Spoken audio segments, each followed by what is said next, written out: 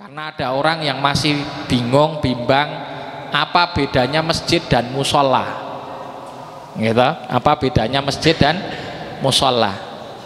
Kalau dulu ada istilah langit namanya langgar. Di sini dulu pakai nama langgar juga, mboten, Pak? Ada nggih? Ada yang masih nyebut langgar, Pak? Pun mboten nggih. Kalau orang-orang tua dulu mungkin masih ya. Badhe teng pundi, Pak? Badhe teng pundi, Dik? Arep neng langgar. Dulu orang begitu, nyebutnya langgar. Kalau di daerah Melayu ada namanya surau. Surau. Atau di daerah lain lagi ada beberapa nama yang hakikatnya itu kembali kepada satu tempat yang digunakan oleh kaum muslimin untuk sholat. Nah, bahasa dalam Al-Quran itu kadang disebut masjid, kadang juga disebut baitullah, ya, atau bait. Contohnya ayat yang tadi saya sebutkan sebagai pembukaan, inna awwala baitin wudhi'a lin-nasi lalladzi bi Bakkata mubarakan wa hudal lil alamin. Sesungguhnya rumah yang pertama kali diletakkan oleh Allah di muka bumi ini berada atau terletak di Bakkah, satu lembah namanya Bakkah. Nah, kita kenal kemudian dengan nama Mekah. Nih, kalau dalam Al-Quran disebutnya Bakkah, yang maksudnya di situ juga Mekah.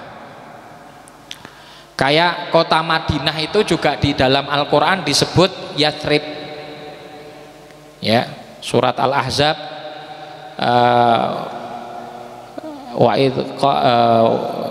ya ahla Yathrib la muqama lakum farji'u, ya, jadi di situ ya ahla Yathrib maksudnya adalah penduduk Madinah.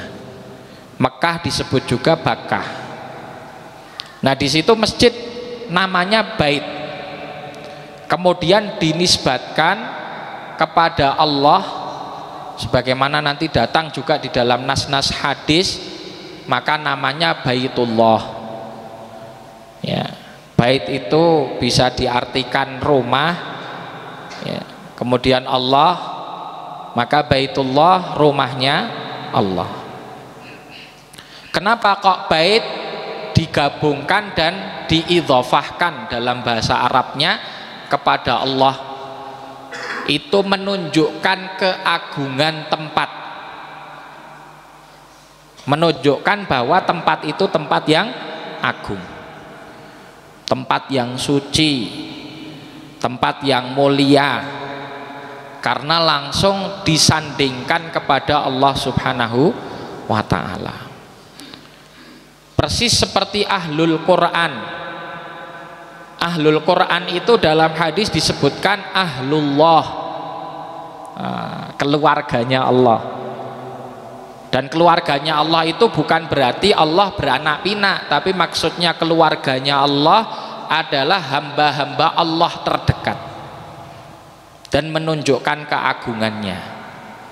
Maka kalau ada Ahlul Quran di satu tempat, satu daerah harus dihormati. Nah, kembali kepada pembahasan masjid. Dalam Al-Quran juga disebut masjid.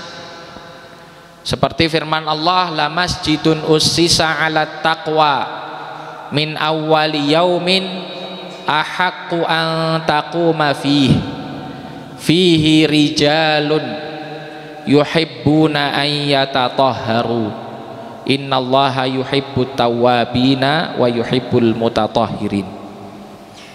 La masjidun ussisa ala taqwa, sungguh masjid yang ditegakkan di atas dasar takwa. Ahaqqu an taquma lebih berhak untuk ditegakkan. Nah, di sini para ahli tafsir menerka masjid yang dimaksud itu masjid apa? Apakah Masjid Nabawi, atau tafsiran yang kedua juga menuju kepada Masjid Quba.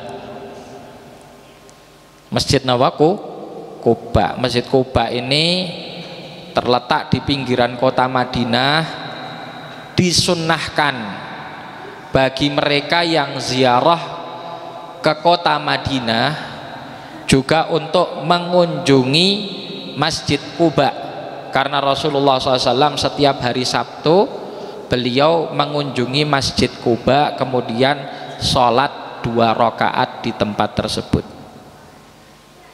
Ala kulli hal, 2 istilah ini sama-sama ada dalam Al-Quran, Baitullah dan juga masjid. Kalau musolla ada enggak Wak dalam Quran? Musolla,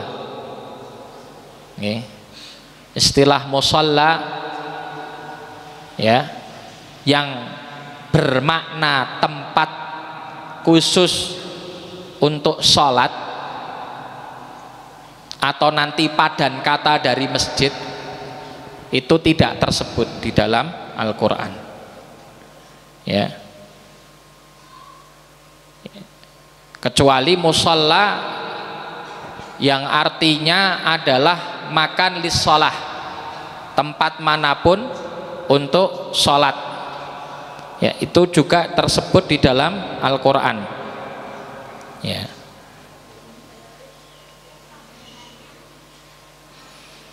Contohnya firman Allah di dalam, kalau tidak salah di dalam surat Al-Baqarah ya. Allah Subhanahu wa taala berfirman, wa id ja'alnal baita mathabatan linnasi wa amna wattakhidhu mim maqami Ibrahima musalla. Wattakhidhu mim maqami Ibrahima musalla. Dan ketika Allah Subhanahu wa taala, ketika kami, yaitu Allah Subhanahu wa taala menjadikan al-bait, al-bait di sini maksudnya apa? Masjidil Haram, mathabatan linnas, tempat yang dituju oleh umat manusia ya. Dari zaman dulu Ka'bah itu jadi tempat tujuan, jadi tempat ziarah.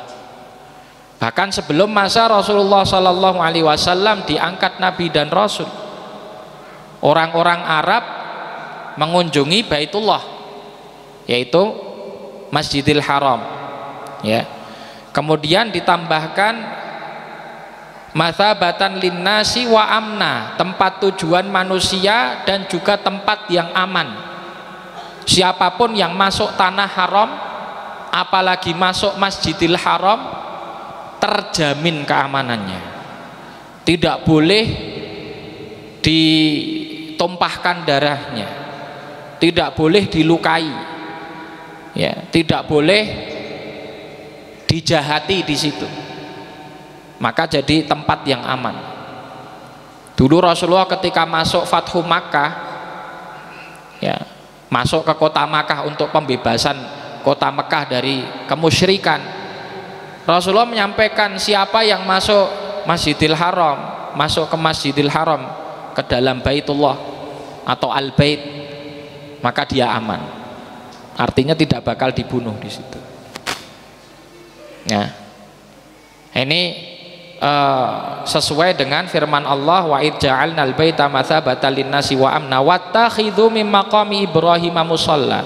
Dan jadikanlah atau ambillah maqam Ibrahim. Tahu maqam Ibrahim nggih? Maqam Ibrahim itu letaknya di sebelah kanan Hajar Aswad, atau tepat di belakangnya Multazam. Bagi yang pernah tindak umroh atau haji, tawaf, insya Allah tahu dari belakangnya Multazam itu nanti ada kayak tanda gitu ya, itu makom Ibrahim. Maksud makom Ibrahim itu apa? Dulu Nabi Ibrahim berdiri di situ ketika mengawasi putranya Ismail untuk meninggikan kembali pondasi Ka'bah, maka disebut makom Ibrahim. Kalau jenengan lihat di situ ada bekas telapak kaki, yang dikatakan di situ adalah bekas berdirinya Nabi Ibrahim, itu namanya makom Ibrahim Nah, wattakhidhu mim maqami Ibrahim musalla, dan jadikanlah dari belakang makam Ibrahim itu tempat sholat. Maka disunnahkan setelah orang tawaf Ka'bah, tawaf 7 kali nggih, rampung tawaf 7 kali, disunnahkan untuk sholat di belakang makam Ibrahim bagi yang mampu. Tapi kalau pas kondisinya jamaah rame itu kadang desak-desakan Pak nggih, jenengan sholat di situ langsung diusir sama askari. Nah, itu diperbolehkan untuk sholat dimanapun tempatnya. Nggih, itu sunnah setelah kita menyelesaikan tawaf. Ala kulli hal wattakhidhu mim maqami Ibrahim musalla. Di sini maksud musalla itu bukan bangunan seperti kita yang kenal sekarang, oh ini bangunan musalla atau bangunan masjid, tapi maksudnya tempat untuk sholat. Nah, dari situlah kita definisikan masjid itu secara bahasa dan istilah apa. Secara bahasa, masjid itu makan lis sujud, tempat untuk sujud, maka disebut masjid. Kalau musalla makan lis sholat, tempat untuk sholat. Berarti secara arti bahasa antara musalla dan masjid itu sama, Pak. Sama-sama dipakai sholat, karena orang kalau sujud itu artinya ya sholat. Dan sujud itu dikatakan rukun paling inti dari sholat atau puncaknya. Ya, karena hampir tidak ada tata cara ibadah lain yang menyerupai dengan sujud, sehingga di situ disebut puncak ketika orang sholat itu adalah ketika sujud, maka disebut masjid, makan lis sujud, tempat untuk sujud. Nah, secara definisi istilah itu nanti beda. Para ulama membedakan antara masjid dan musholla, ya tentu sesuai dengan cakupan yang nanti masuk masjid itu apa, musholla apa. Yang masyhur di antara para ulama, masjid itu adalah tempat yang diwakafkan untuk sholat, itu namanya masjid. Tempat yang diwakafkan untuk sholat, itu namanya masjid. Artinya kalau ada tempat yang statusnya belum wakaf untuk sholat, itu bukan disebut masjid. Nih, seumpama ada masjid wakafnya 10 kali 10, setelah dibangun ada perluasan, tapi perluasannya statusnya belum wakaf, maka perluasan ini tidak bisa disebut masjid. Definisi ini yang dipegang oleh mayoritas ulama madhab Syafi'i.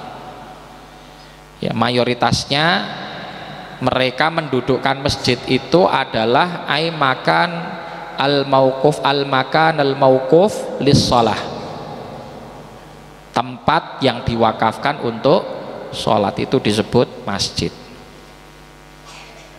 Ya.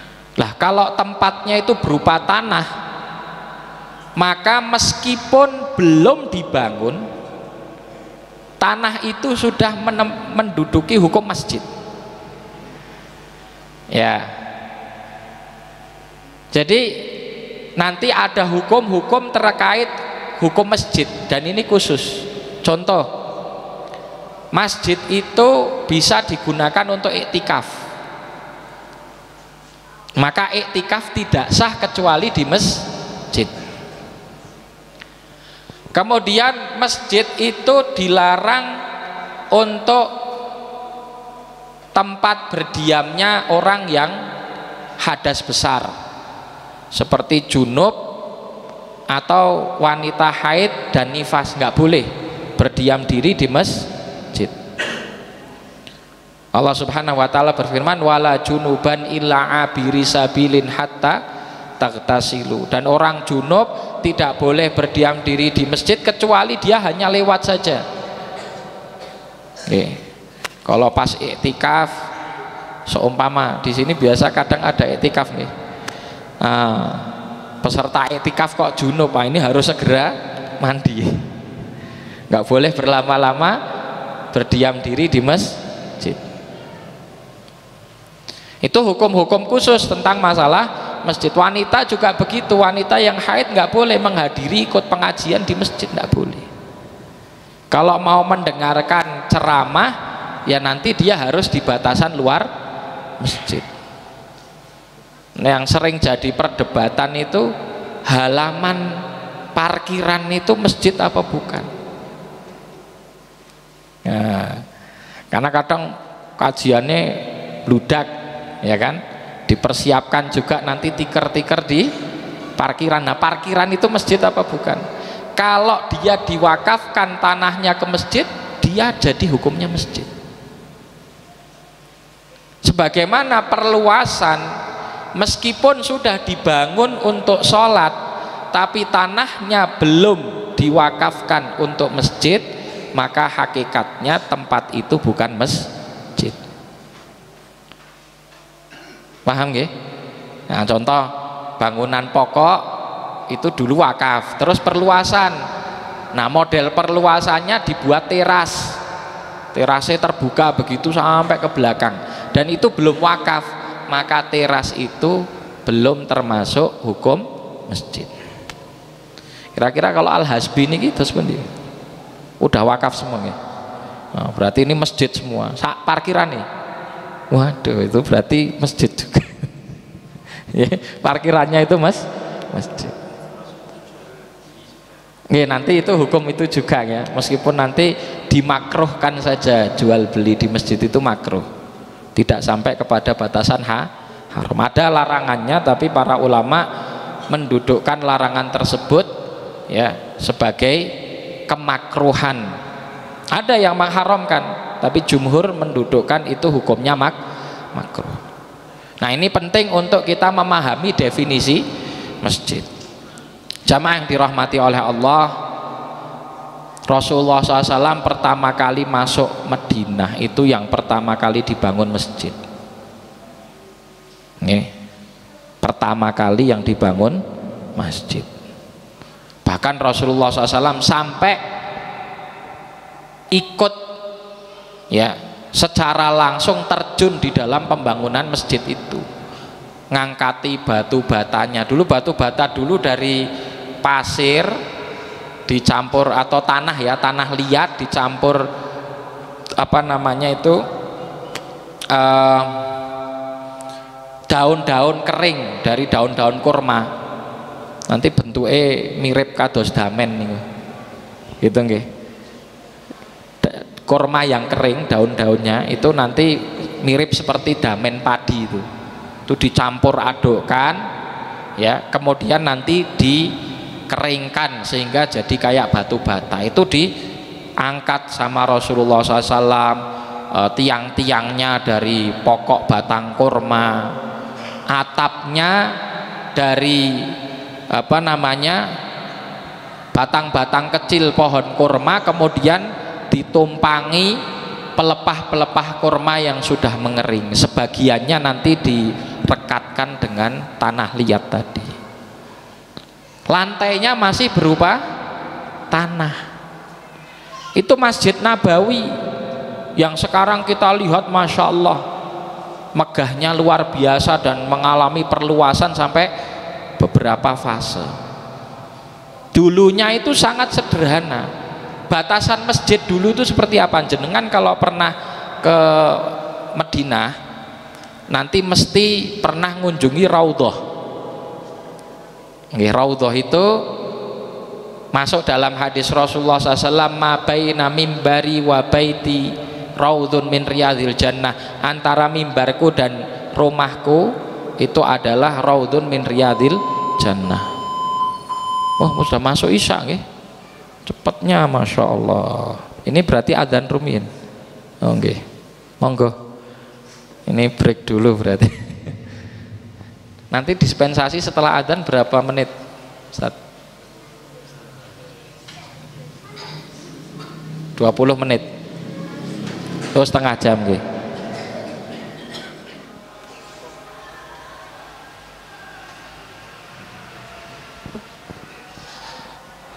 Baik. Nih, kita lanjut. Tadi terlupa belum kita dudukkan musola, musola. Jadi masjid sudah ya, tempat yang diwakafkan untuk sholat. Nah, artinya kalau belum diwakafkan untuk sholat, tapi dipakai untuk sholat, itu namanya musola. Ya, namanya musola. Karena dia bukan masjid, maka hukumnya berbeda dengan masjid. Ya, hukumnya berbeda dengan masjid. Orang junub duduk di situ nggak masalah. Orang haid duduk di situ nggak masalah. Kemudian iktikaf ya tidak bisa ditegakkan di situ, di mushola. Kemudian juga terkait masalah jual beli tadi bebas di situ karena bukan masjid. Nah, ini definisi dari jumhur ulama terkait masalah apa itu masjid. Meskipun ada definisi lain, contoh masjid itu yang di situ ditegakkan Jumat. Kalau yang tidak dipakai Jumatan berarti musola. Nah, ini yang mungkin banyak kita kenal. Kalau masjid dipakai Jumatan, kalau tidak dipakai Jumatan berarti musola. Ya, padahal kalau dengan definisi yang awal tadi, ini nggak peduli Jumat atau tidak Jumat. Ya, karena apa namanya sholat Jumat itu bahkan tidak diperkenankan menurut beberapa tinjauan madhab seperti madhab Syafi'i ditegakkan di masjid kalau di situ ada jami'. Jadi nanti ada nama lain lagi namanya jami'. Jami' itu masjid besar yang ngumpulkan semuanya. Jadi bisa jadi dalam satu kampung itu ada sekian banyak masjid, tapi semuanya nanti harus menegakkan Jumatnya di satu masjid besar yang dinamakan jami'. Dalam tinjauan madhab Syafi'i itu kalau ada satu desa itu nggak boleh negakkan lebih dari 2 jamaah Jumat, kecuali ada udzur seperti masjid yang ditegakkan Jumat di situ sudah penuh saking banyaknya orang. Nah, itu nanti baru boleh nanti ada masjid di tempat lain masih di desa yang sama, di situ juga ditegakkan Jumat. Tujuannya apa? Nah, tujuannya untuk persatuan kaum muslimin. Karena Jumat itu adalah syiar, dan hendaknya Jumat itu menjadi pertemuan kaum muslimin, silaturahmi kaum muslimin, khususnya yang berada di dalam satu desa. Nah, jamaah yang dirahmati dan dimuliakan Allah, tadi saya sempat nyinggung zaman Rasulullah dulu, awal pertama kali Rasulullah hijrah masuk Madinah yang dibangun masjid. Kemudian sekarang dinamakan Masjid Nabawi. Itu bangunannya dulu sederhana, tidak begitu luas, karena antara mimbar sampai kepada rumahnya Rasulullah SAW itu ya, itu hanya jarak yang tidak begitu luas, mungkin kurang lebih nggih. Raudhah sekarang itu panjangnya hanya dari ujung sini ke ujung sana. Nggih. Kalau tepatnya ya mimbar Rasulullah yang dulu sampai makamnya sekarang, karena Rasulullah dimakamkan di rumahnya Aisyah, dan rumahnya Rasulullah itu nempel masjid, keluar pintu langsung masjid. Itu dulu begitu rumahnya Rasulullah Shallallahu Alaihi Wasallam. Dulu masjidnya sederhana, bangunannya nggak begitu mewah, tidak begitu takaluf. Takaluf itu istilahnya ngoyo. Bangunannya sederhana, tapi fungsinya luar biasa. Masjid menjadi pusat ibadah. Masjid menjadi pusat sosial. Masjid menjadi pusat pemerintahan. Masjid menjadi tempat kaderisasi. Dan tentunya masjid juga menjadi pusat ilmu. Itu zamannya Rasulullah SAW. Maka dari masjidlah semuanya berawal. Bagaimana Rasulullah SAW mengatur strategi perang bersama para sahabat, ya di masjid. Rasulullah ngatur pemerintahan di masjid. Bahkan itu berlangsung dilanjutkan juga oleh Khulafaur Rasyidin. Suatu saat ada utusan dari Romawi pengen ketemu sama Umar bin Khattab radhiyallahu taala anhu di masanya beliau jadi Amirul Mukminin. Ya, utusan ini pengen nemui pimpinan tertinggi Islam. Nah, cari orang di jalan, cari orang di pasar, saya pengen ketemu pimpinan tertinggi Islam, raja kalian. Orang mereka dulu memahaminya raja gitu. Kalau dalam Islam kan dulu tidak disebut raja, tapi Amirul Mukminin. Habis itu dia berpikir akan dibawa ke istana yang megah, yang mewah gitu. Tapi ternyata dibawa ke masjid. Kan kaget toh, masjidnya Nabi waktu itu kan sederhana sekali, tiangnya dari kayu, lantainya dari pasir. Iki digowo ning tempat apa gitu mikirnya gitu. Sampai ketemu orang yang baru tidur di situ. Langsung itu pemimpin kami. Kaget. Loh. Ini pemimpin kalian dia. Siang-siang ini harusnya komat nih, tapi karena kajian ditambah nih. Ini pemimpin kalian katanya. Iya. Heran luar biasa. Bagaimana bisa seorang pemimpin dengan tenangnya tidur di siang bolong di tempat terbuka tanpa pengawalan, tanpa penjagaan. Orang Romawi itu nggak masuk akal, karena dia kalau mau ketemu Raja Roma harus melalui protokoler sekian tahap. Tapi justru disitulah nilai dari pemimpin kaum muslimin, Amirul Mukminin Umar bin Khattab radhiyallahu taala anhu. Dikatakan tidak ada potret pemimpin ya yang betul-betul menegakkan keadilan setelah Rasulullah SAW dibanding para Khulafaur Rasyidin, salah satunya adalah Umar. Ya, kaget. Maka kemudian komentarnya apa? Wajar kalian ini kaum muslimin mampu muncul dan mulai menguasai peradaban dunia karena kalian punya pemimpin yang seperti ini. Loh, kok bisa? Ya, apa yang kemudian dia katakan? Hakama wa adala amina fanama. Dia menghukum ataupun memerintah, menjadi pemimpin, kemudian berbuat adil, kemudian dia merasa aman, maka dia bisa tidur di siang hari.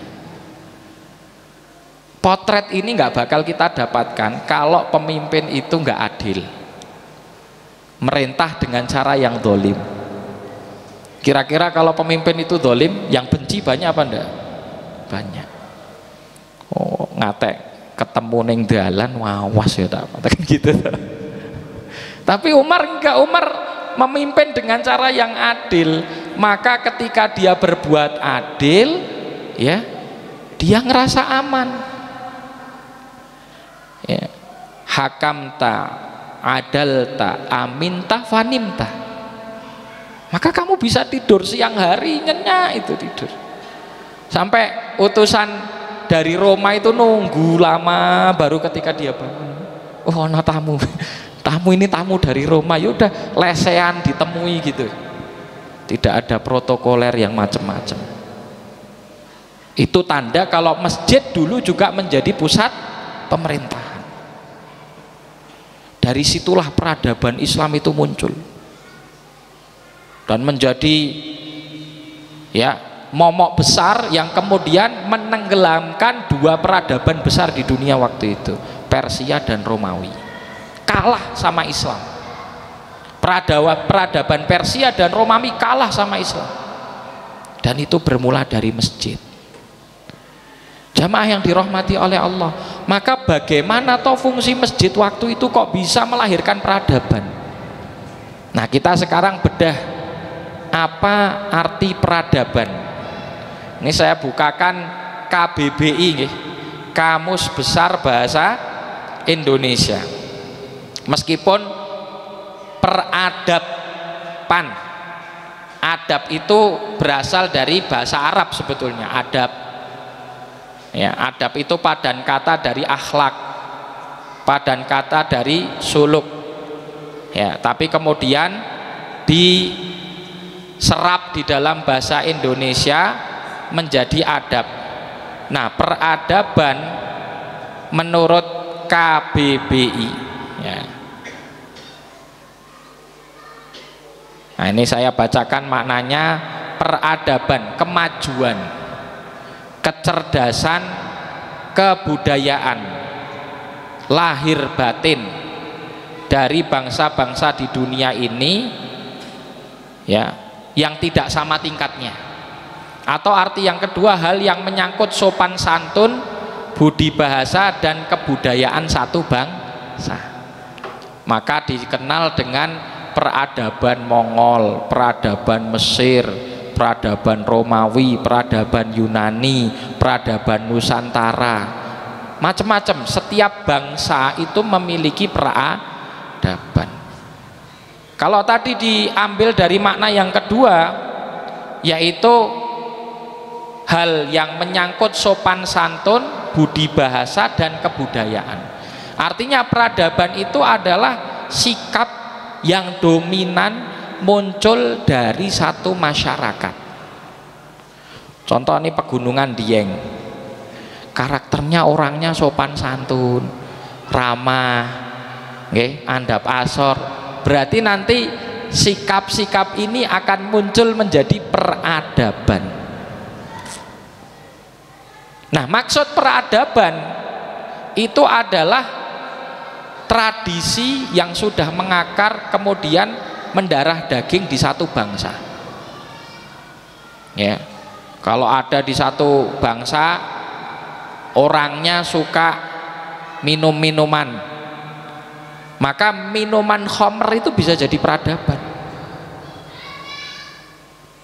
Dalam satu adat istiadat kebudayaan bangsa tertentu, laki-lakinya ditindik, sininya ditindik, itu jadi peradabannya.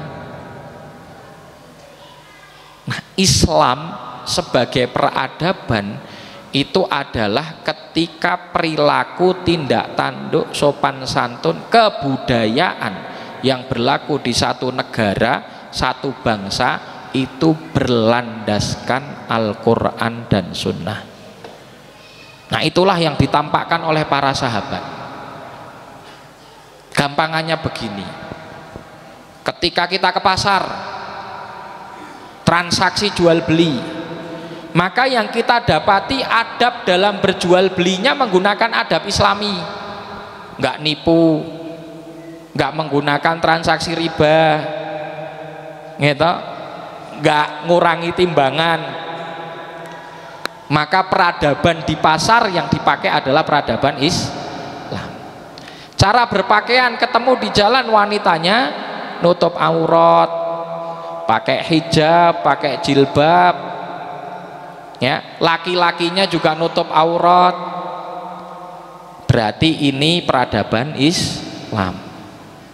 Nanti ketemu di pengadilan, hakimnya tidak menerima suap, menghukumi dengan cara yang adil, yang zalim ditolong, salah, kebalik, yang zalim diberatkan, yang terzalimi ditolong.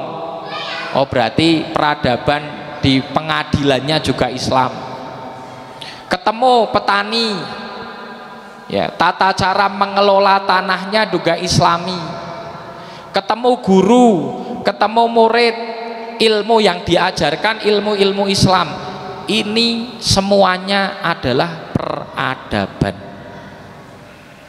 Nah, dulu sumber adab yang muncul di negeri-negeri Islam itu awalnya dari masjid.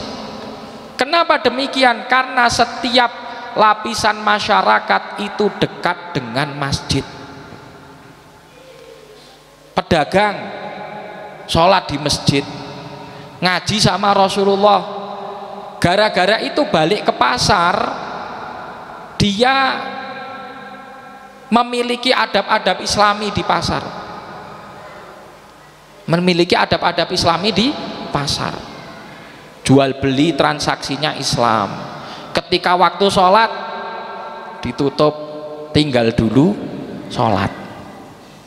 Itu peradaban, Pak. Tentaranya juga sama, sebelum perang, sebelum dia bertugas berjaga-jaga di wilayah teritori kaum muslimin, dibekali dulu sama Rasulullah adab-adab sebagai seorang tentara. Maka nggak semena-mena, tidak membunuh jiwa yang tidak berhak untuk dia bunuh. Maka Rasulullah sebelum pasukan itu berangkat berjihad dinasihati, diwasiati, jangan potong pohon, jangan bakar pohon, tidak boleh membunuh orang-orang yang berada di tempat ibadah. Anak-anak kecil nggak boleh dibunuh, perempuan nggak boleh dibunuh, orang tua renta nggak boleh dibunuh. Kalau ada yang sudah nyerah kemudian bersyahadat, nggak boleh dibunuh. Itu adab-adab yang diterapkan. Maka ketika tentaranya itu berangkat berjihad, mereka juga menjadi tentara yang beradab. Bukan tentara beringas, bukan tentara sadis, semuanya babat rata, habisi. Itu tidak terjadi karena semuanya dikontrol di masjid, termasuk persatuan dan kesatuan umat. Nah, bapak-bapak, ibu-ibu, jamaah yang dirahmati oleh Allah, kita sekarang sangat butuh untuk mengembalikan peran dan fungsi masjid. Masjid bukan cuma untuk pusat ibadah saja, itu jelas wajib, tapi juga harus kita gunakan pusat segalanya. Kaderisasi, pendidikan, sosial, ya, semuanya di masjid.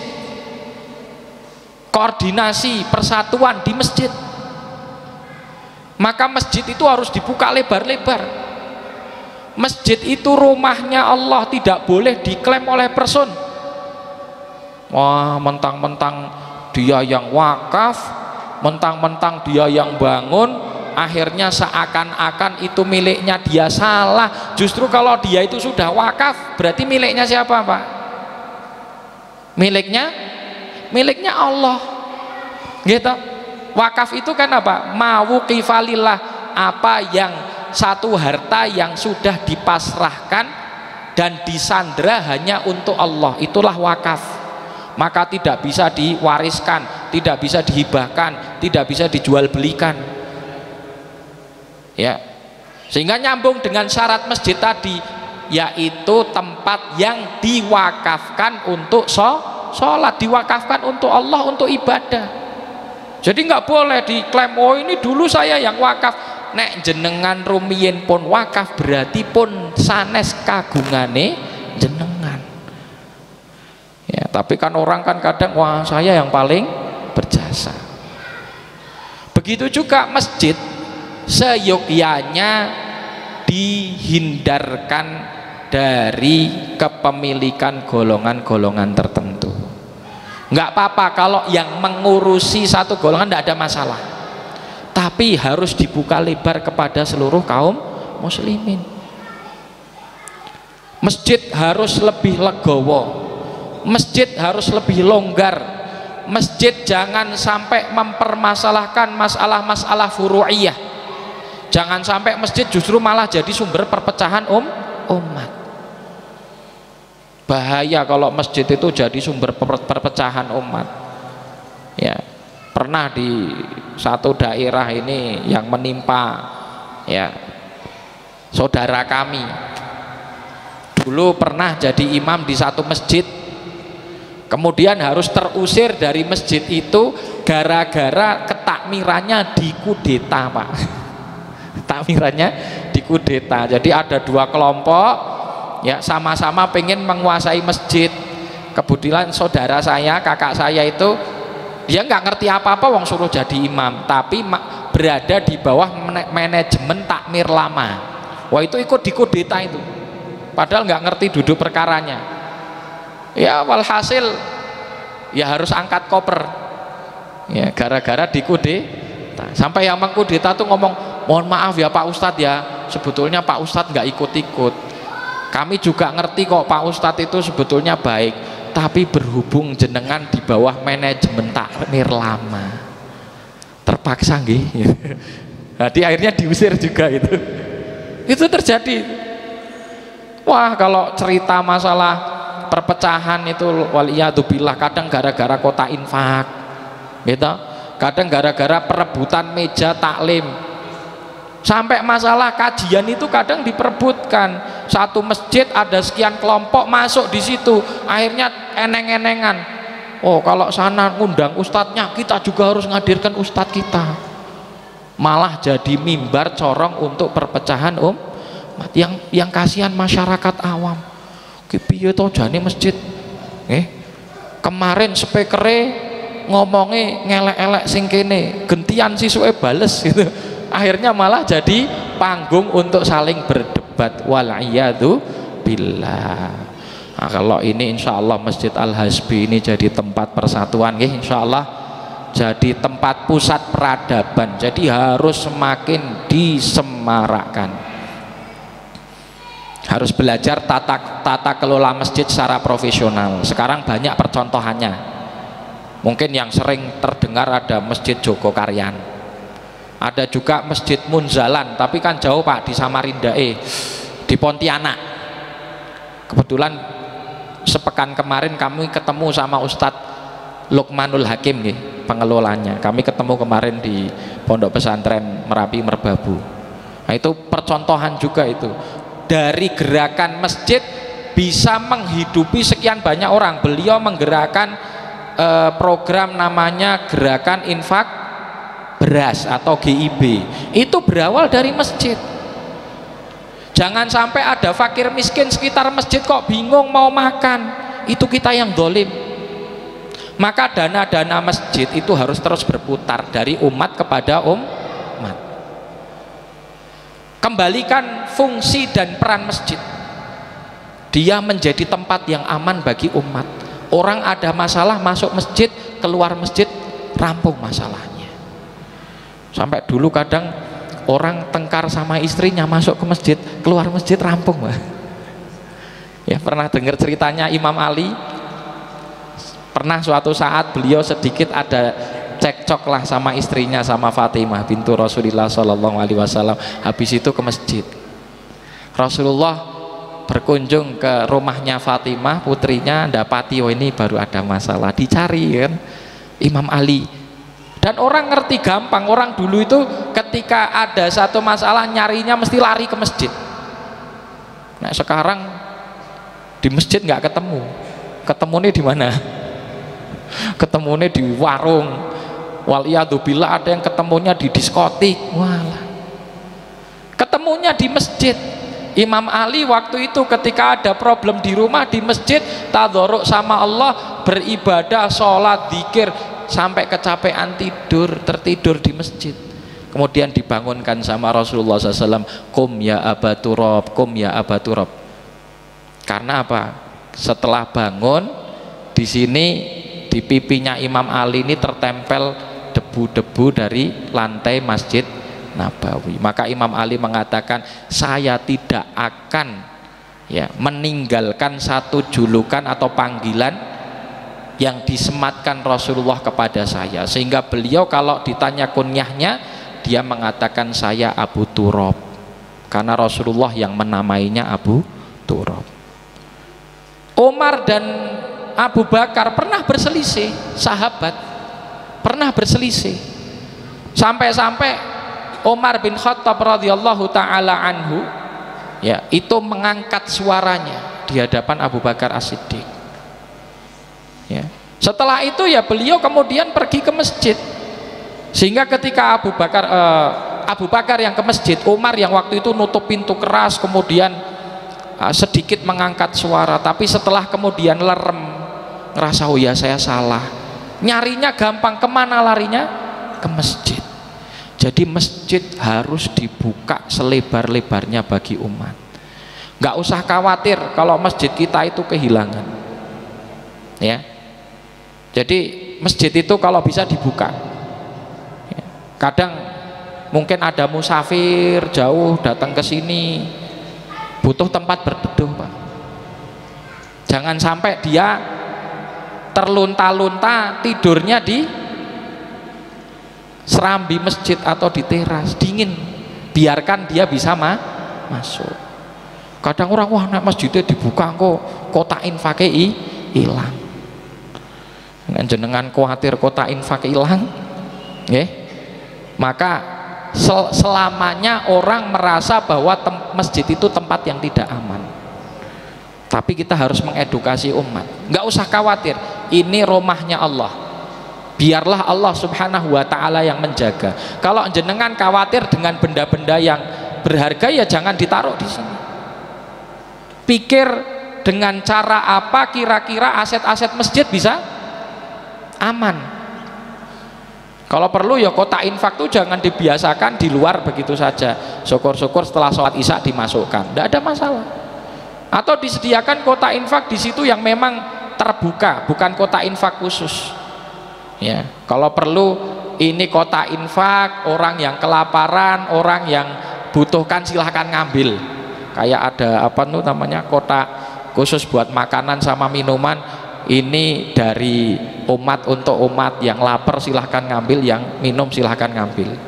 Tapi ada masjid yang meraktekkan gini, habis itu disediakan kulkas di luar, kulkasnya nggak pernah isi karena nggak pernah ada yang infak gitu. Nah perlu nanti belajar pengelolaan masjid profesional di zaman modern ini, tapi semangatnya adalah kita kembalikan masjid sebagaimana fungsinya, yaitu masjid menjadi pusat peradaban. Kalau perlu di sini dibuat majelis taklim dan juga majelis kaderisasi, ditambahi santri, Pak, sebagaimana dulu Ahlus Sufah. Ahlus Sufah zaman Rasulullah itu nyantrinya tidur di masjid, semacam Abu Hurairah, Abu Musa al-Asy'ari tidurnya di masjid. Nah dibuat di sini pesantren Masjid Al-Hasbi atau pesantren masyarakat Masjid Al-Hasbi, itu bagus. Jadi dijadikan di sini kaderisasi, orang dulunya nggak bisa ngaji Quran masuk ke Masjid Al-Hasbi, keluar bisa ngaji Quran. Orang tidak kenal hadis masuk ke Masjid Al-Hasbi, keluar jadi kenal hadis. Di sini tempat pengkaderan anak-anak kaum muslimin gratis. Dari mana perputaran keuangannya? Dari umat kembali kepada umat. Nah itulah kesimpulan materi kita di kesempatan kali ini, masjid dan peranannya. Kita kembalikan peran dan fungsi masjid sebagaimana zaman Rasulullah SAW dulu. Masjid menjadi pusat peradaban. Dari masjid kita memperbaiki umat, Semoga ini menjadi inspirasi bagi kita semuanya, bermanfaat bagi kami yang menyampaikan dan bagi mustami' semua yang mendengarkan, dan semoga Allah Subhanahu wa taala mengembalikan kepada umat kejayaannya melalui masjid-masjid mereka. Ya, insyaallah kita berharap 10 tahun, 20 tahun, 30 tahun ke depan dari Masjid Al-Hazbi ini bisa menyinari masyarakat sekitarnya dan juga masjid-masjid yang lain yang ada di khususnya di Kecamatan Batur, Banjarnegara. Barakallahu fi'li wa lakum fil Qur'anil azim wa nafa'ani wa iyyakum bima fihi minal ayati wa dzikril hakim wa taqabbal minni wa minkum tilawatahu wa sallallahu wa sallim wa barik ala sayyidil mursalin wa ala alihi wa sahbihi ajma'in. Billahi taufiq wal hidayah, nasrum minallahi wa fathun qarib. Wassalamualaikum warahmatullahi wabarakatuh. Terkait dengan materi yang tadi disampaikan berkenaan dengan syarat-syarat masjid, bisa disebut sebagai masjid ketika itu sudah diwakafkan, tanahnya sudah diwakafkan. Kaitannya dengan ketika tidak ada orang yang wakaf, kemudian di satu dusun atau kampung kemudian kita rencana membangun masjid dengan membeli tanah tersebut dengan cara menggali dana, kemudian kita beli tanah, kemudian kita bangun masjid. Apakah itu sudah disebut masjid dan syarat-syaratnya sudah bisa terpenuhi gitu? Terima kasih. Assalamualaikum warahmatullahi wabarakatuh. Waalaikumsalam warahmatullahi wabarakatuh. Masya Allah, pertanyaannya bagus nih Pak. Ya, jadi patungan pembebasan tanah ya biasanya begitu nggih. Ada juga yang nanti menggunakan sertifikat wakaf. Nah, apakah itu nanti bisa jatuh wakaf? Bisa. Nah, jadi caranya, skemanya bagaimana? Sertifikat wakaf itu biasanya tanah yang mau dibeli itu kan ada harganya nggih Pak, per meternya sekian. Nah, nanti biasanya bisa ditawarkan kepada masyarakat dan kaum muslimin pembelian sertifikat wakaf itu disesuaikan dengan luasannya. Seumpamanya 1 meter harganya 300.000, ya berarti yang mau 5 meter 1,5 juta, yang mau 10 meter 3 juta. Semuanya kaum muslimin berhak berpartisipasi. Nah, setelah itu maka cara agar masjid ini atau tanah yang terbeli ini bisa menjadi wakaf, sistem ikrar wakafnya adalah dengan wakil. Maka pada hakikatnya semuanya meniatkan untuk wakaf. Kan nanti ini wakaf semeter, ini wakaf 10, ini wakaf 5 meter kan ngoten. Kalau digabung jadi satu, maka bisa sejumlah luasan masjid. Anggaplah masjidnya 10 kali 10 berarti 100 meter, terdiri dari sekian, kalau dipecah per meter-meter kan berarti 100 sertifikat kan gitu nggih. Pewakafnya bisa jadi 100 orang, bisa jadi kurang dari itu. Nah, nanti setelah terbeli cukup yang mengikrarkan wakaf itu satu dari panitia mewakili seluruh muhsinin yang titip. Gitu nggih. Nanti mengikrarkan wakaf mewakili seluruh muhsinin yang titip. Setelah itu diikrarkan, maka tanah tersebut berstatus masjid meskipun belum dibangun. Nggih. Nah, ada satu lagi saya tambahkan. Bagaimana kalau tanahnya belum wakaf tapi bangunannya wakaf? Bisa atau tidak? Bisa. Itu juga nanti statusnya masjid, tapi berlaku hanya untuk bangunan yang dibangun dengan dana wakaf. Seumpama ada masjid dibangun 2 lantai, nggih. Yang lantai pertama statusnya wakaf untuk masjid, memang diperuntukkan ini wakaf untuk masjid. Lantai 2-nya bangunannya wakaf untuk aula, atau untuk gedung pertemuan, atau untuk madrasah, atau untuk pesantren, apakah boleh? Boleh. Maka yang lantai 1 itu masjid, yang lantai 2-nya tidak. Itu kalau wakafnya hanya bangunan. Sebaliknya juga, yang diwakafkan masjid yang lantai 2, yang bawahnya bukan untuk masjid, maka orang kalau di bawah iktikaf nggak sah, karena dia berdiam dirinya bukan di masjid. Berarti kalau mau iktikaf harus naik. Sebaliknya di bawah juga demikian. Tapi kalau tanahnya yang sudah wakaf, maka dari bawah sampai tingkat 20 sampai tingkat 100 semuanya dihitung statusnya masjid, meskipun dana bangunannya tidak menggunakan dana wakaf. Niku perbedaannya nggih, wakaf tanah dan wakaf bangunan. Pekaten Pak nggih, insyaallah cukup jelas nggih. Barakallah. Nggih, monggo barangkali ada satu lagi yang ingin ditanyakan dari jamaah sekalian.